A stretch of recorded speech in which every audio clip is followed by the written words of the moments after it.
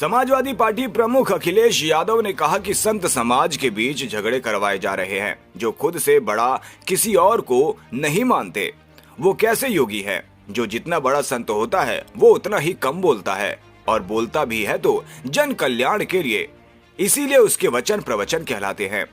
कोई व्यक्ति वस्त्र से नहीं वचन से योगी होता है। जिनका काम सरकार चलाना है वो बुलडोजर चला रहे हैं और विकास का प्रतीक विनाश का प्रतीक बन गया है। देश में पहली बार ऐसा हुआ है कि सुप्रीम कोर्ट ने बुलडोजर कार्यवाही के खिलाफ उत्तर प्रदेश सरकार पर 25 लाख रुपए का भारी जुर्माना लगाया है।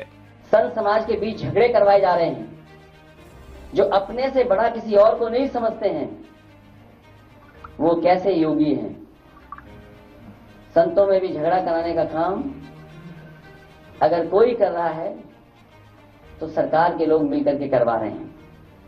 हमारे यहाँ कहा जाता है कि जो जितना बड़ा संत होता है, ये हमारी परंपरा रही है जो हम लोगों ने सीखी और समझी है और जानी है कि हमारे यहाँ कहा जाता है कि जो जितना बड़ा संत होता है वो उतना ही कम बोलता है, और जब बोलता भी है तो जन कल्याण के लिए, इसलिए उसके वचन प्रवचन कहलाते हैं।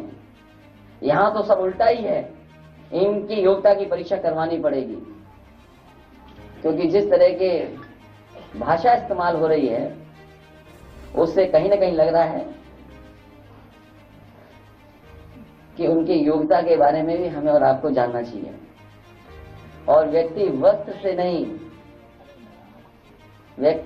नहीं वचन से योगी होता है।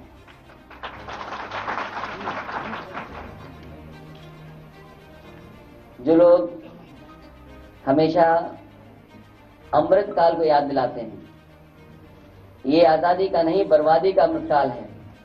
और नकारात्मक लोगों का भी कलयुग में सब उल्टा होता है। ना तो समझो वही हो रहा है। जो कलयुग है उसमें उल्टा होता है और सब उल्टा कर रहे हैं लोग। हमारे यहाँ ये माना जाता है कि जितना बड़ा ज्ञानी होता है वो उतना ही चुप रहता है। इसलिए हमारे यहाँ मौनी और मुनि की परंपरा रही है।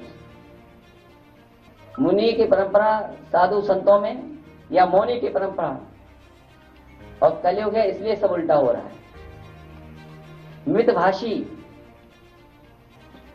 मितभाषी वाचाल बन गए हैं आजकल।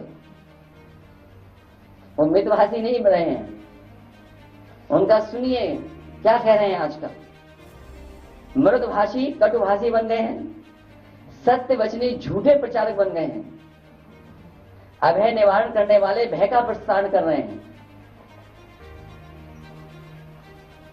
परोपकारी लोग अत्याचारी का काम कर रहे हैं।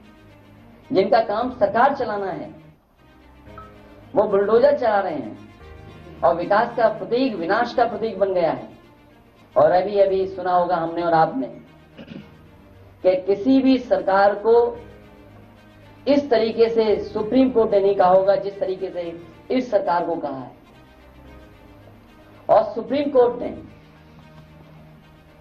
जो कहा, ये पहली बार ऐसा हुआ है कि देश में पहली बार सुप्रीम कोर्ट ने बुलडोजर एक्शन के खिलाफ उत्तर प्रदेश सरकार पर 25 लाख का भारी भरकम जुर्माना लगाया है।